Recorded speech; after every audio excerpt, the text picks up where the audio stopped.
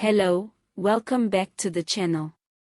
This is the voice of Mzansi, bringing you the latest and most important news from across South Africa.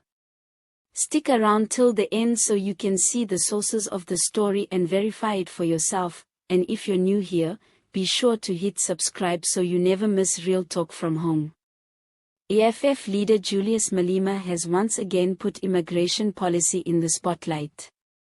As the economic freedom fighters face electoral setbacks, Malema has urged for a bold new direction. Rather than deporting undocumented migrants, they should be documented and regulated. In his view, integrating these people is more pragmatic than trying to send them home, and it could help the EFF reconnect with frustrated supporters. This stance comes after the EFF's poor performance in the recent elections, where they lost a number of key council seats. Critics argue that the party lost ground by failing to address concerns about crime, jobs, and public services, issues often linked in voters' minds with undocumented migration. Now, Malema is adapting his message.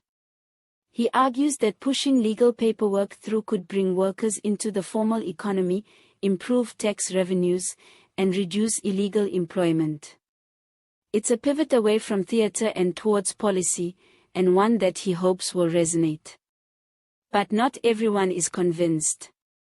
Analysts say this move is more political survival than visionary leadership.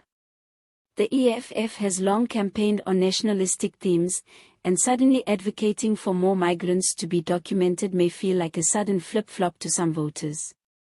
And as always, operational questions loom large. How will the government handle millions of undocumented people? Who pays for their permits, and who protects citizens' jobs? Still, Malema is clear, he won't abandon undocumented Africans. He repeatedly states that deporting people who flee conflict or economic despair isn't an option, even if it costs votes. He believes this is an ethical stance that aligns with Pan-African solidarity and, ironically, may help rebuild political support among communities who feel vulnerable and unheard. Meanwhile, some in the public question whether the EFF has thought through the practicalities. Documenting large numbers of migrants requires bureaucratic capacity, funding, and security adjustments. It also raises concerns about social services and the labor market. But Malema insists the benefits outweigh the costs. Formalizing workers could shrink the informal wage gap and enable better social planning. Civil society has remarked that this policy makes sense, but only if it's accompanied by proper regulation.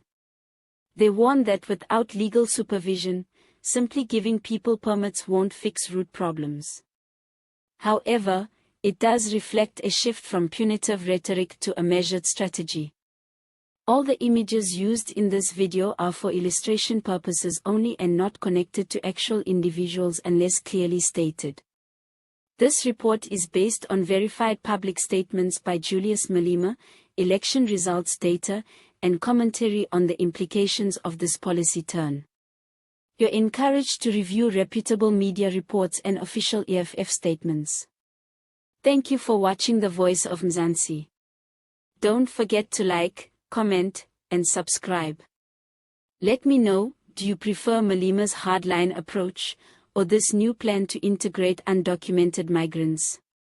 And here's a little joke to break the tension. What's the EFF's new favorite math?